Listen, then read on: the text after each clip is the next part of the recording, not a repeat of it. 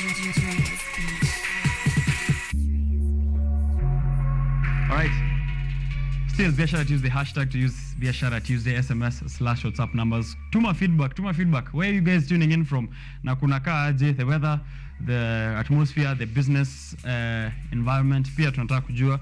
But we are trying to bridge the gap between ignorance and workable ideas. If you have workable ideas and there is ignorance all around you, how do you bridge those two spheres? How do you make sure that people have the necessary knowledge to get something that will be useful or that can turn around to profit, to revenues, or also to progress in matters of leadership and also business?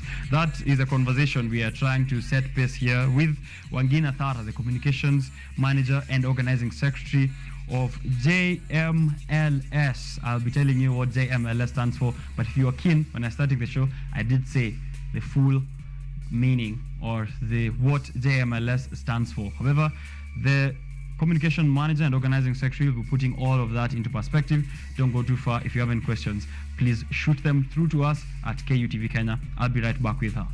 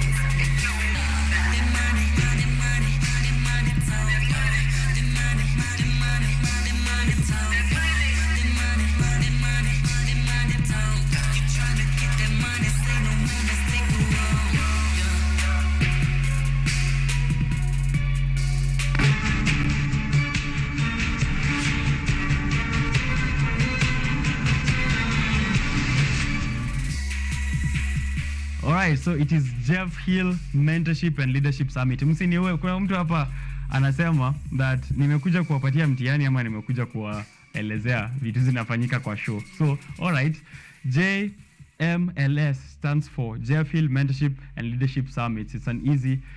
It's as easy as that, right? So, usini crucify that I'm turning out to be a lecturer on Biashara Tuesday. We're having a conversation on business, mentorship, and leadership. And if you're a young person who's out there, how can you move ahead while also, getting yourself mentored, getting yourself some leadership skills, but also employing this in your business, in your day-to-day activities to turn around your situation, get yourself some progress in business and any other sphere of your life.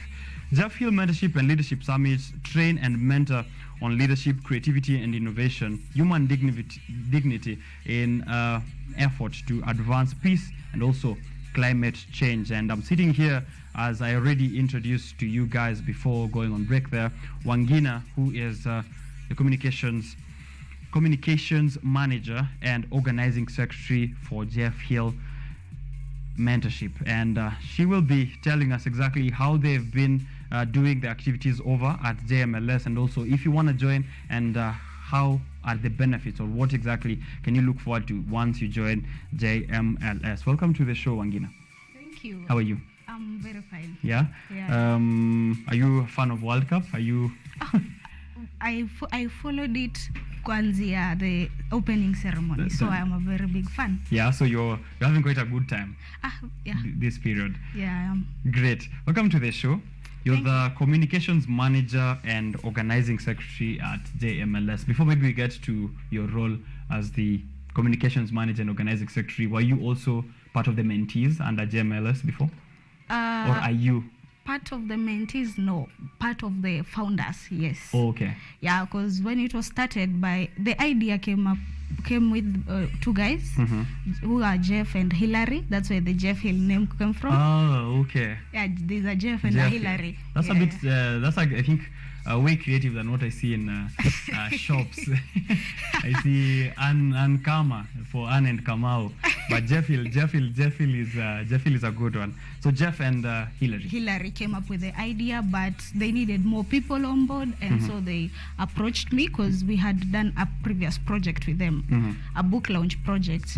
So that's how I came to be part of the founders of Jeff Hill Mentorship and Leadership Summit. How long ago was this? Maybe 6 months ago. Oh, okay. Yeah, 6 months.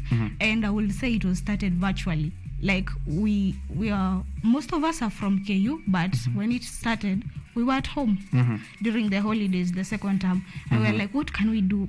Badala kukaa nyumbani, what is it we can do as youths for youths? And it started by going to high schools for mentorship. Even Vojefil started, and we are growing from there. So when you're part of the founding team, are you also a mentor, or do you have other mentors in the team? I am also a mentor. Main reason why I actually agreed, because it's not every day you are approached by someone for a business idea and then you're like, oh yeah, I want it. You know, you also have to like it. So I joined because I was a mentor, or I want to be a mentor in the long run. And we also trained. We are trained. Us as the mentors, as the founders, we had to be trained before we started the training and the hula baloo. So you also, the mentors have mentors.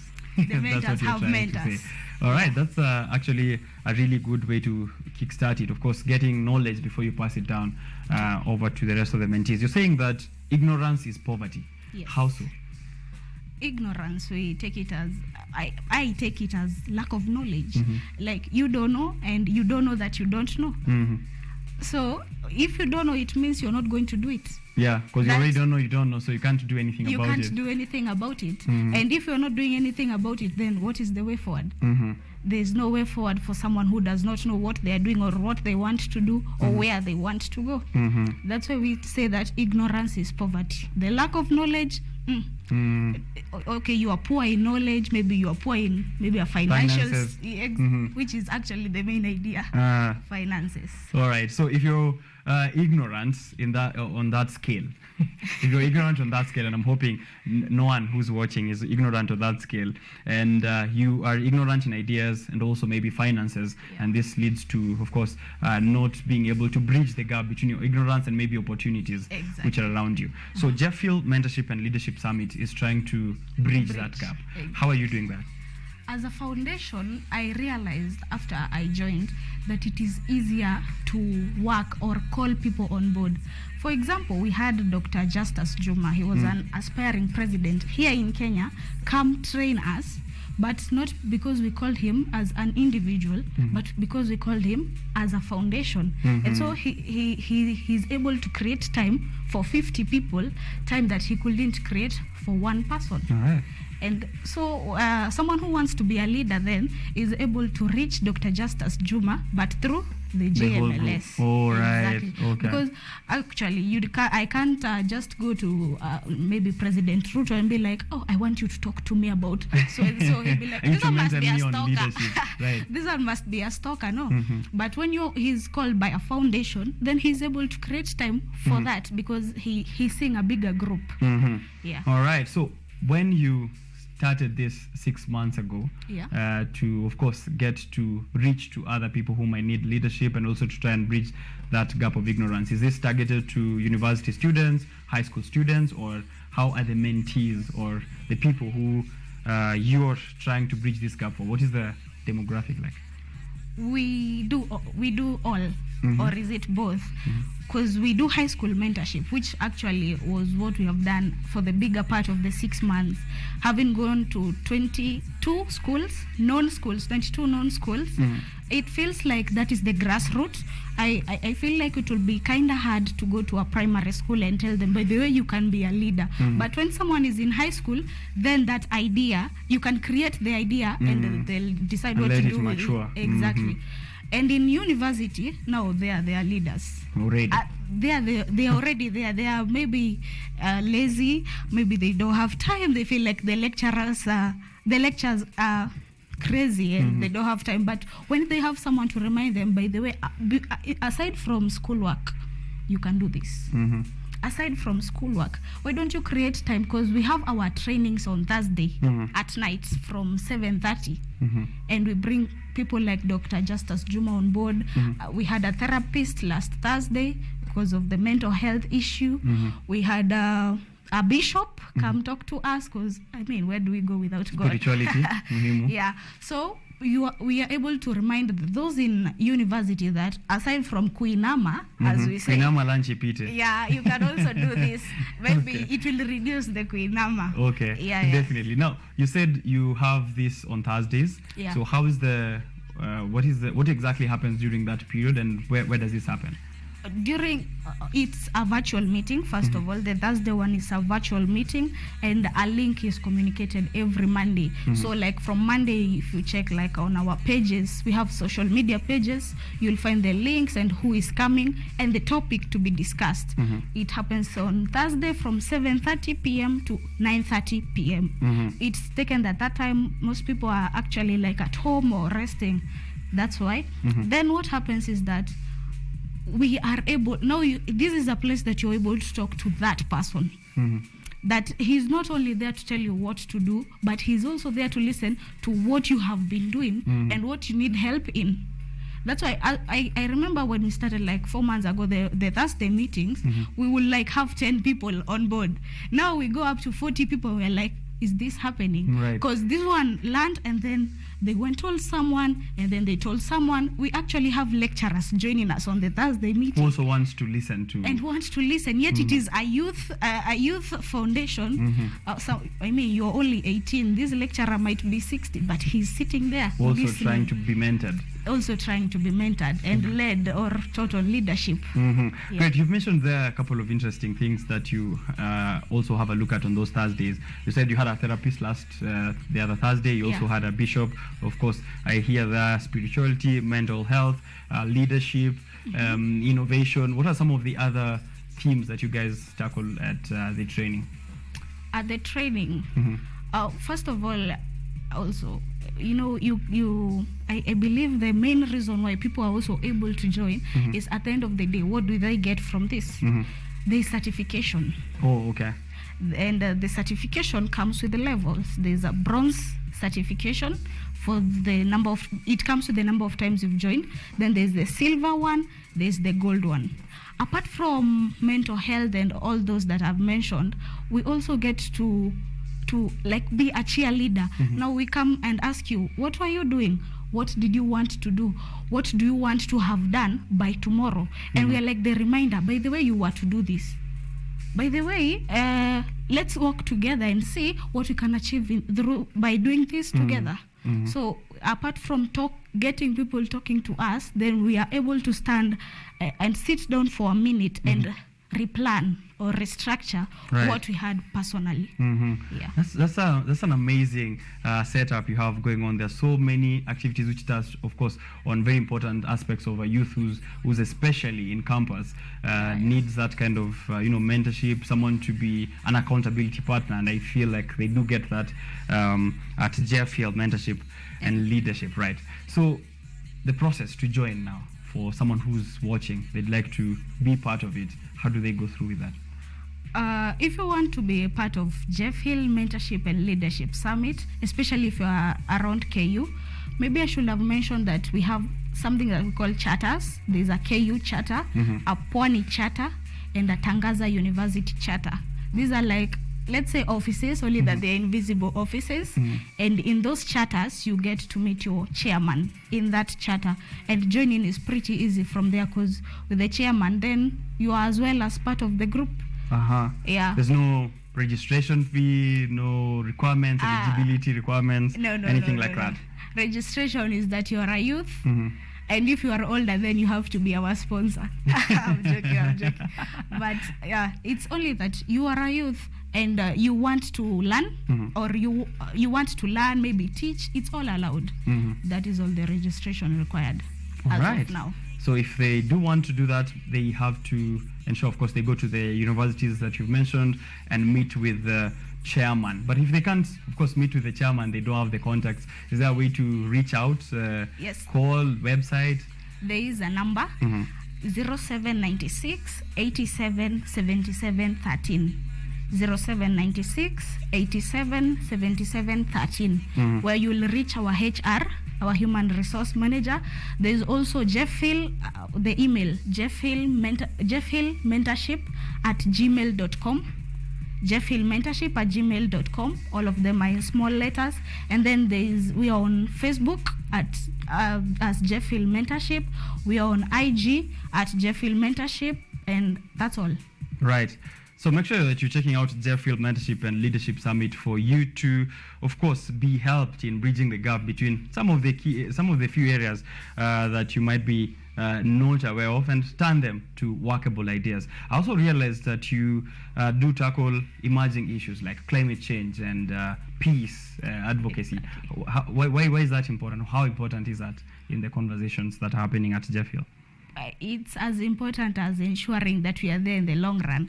Because if there is an earthquake right now in Kenya, then not even an earthquake, let's go to the GMO thing, the one that is happening with the Moses Kuria. Then if we all decide to go and eat this GMO or indulge in whatever GMO is all about, then we are not there in the long run to enact our ideas on leadership. We are not there in the and with the GMO, it's a place that us as JeffHill can be able to stand and say, by the way, no, we don't support this. Why and why? Because as you have seen, that bishop, the bishop guy, he said for Moses Kuria to apologize. It is showing youths, by the way, you can stand for what you believe in. Right. You can make them accountable. You can make your leaders accountable. Exactly. You can make them accountable. If they agree for the GMO, then climate obviously itakuwa worse. If they agree for the GMO, then what leaders are we having? This is why we are training leaders. This is why we are mentoring youth, so that they are able to say, no, we don't have to do how they are doing it. We don't have to accept what they are saying. We can have our own voice. That is amazing. That is an amazing approach, of course, that you are taking there to mentorship and leadership. And of course, there are others who have been doing mentorship and leadership, but it's a very novel offering that you're doing, and I really do commend that. So if there's an institution, of course, you've mentioned 3 campuses where you already have a charter. If there's an institution that would like to also have JeffHill Mentorship and Leadership Summit, how can they go around that? Is there a possibility for partnership? Yes, there is a possibility for partnership. You reach us through the JeffHill Mentorship at gmail.com, where we will send you our official letter, the one for combining our efforts together, and from there we will see what we can do together. Right. Okay, maybe a last call out to guys who would like to join, and a call to action, of course, what they can do, next steps they can do, even if they do not join JeffHill. If they are very far, maybe mtu wako Kisii huko bado chata yenu haijafika, what can they do even in their small capacity to get the same skills or the same training that you're impacting before apatane na nyinyi wakwe kwa njia towards maybe leadership as well, wasi miss out? What you can do in Kisii or wherever you are is come together.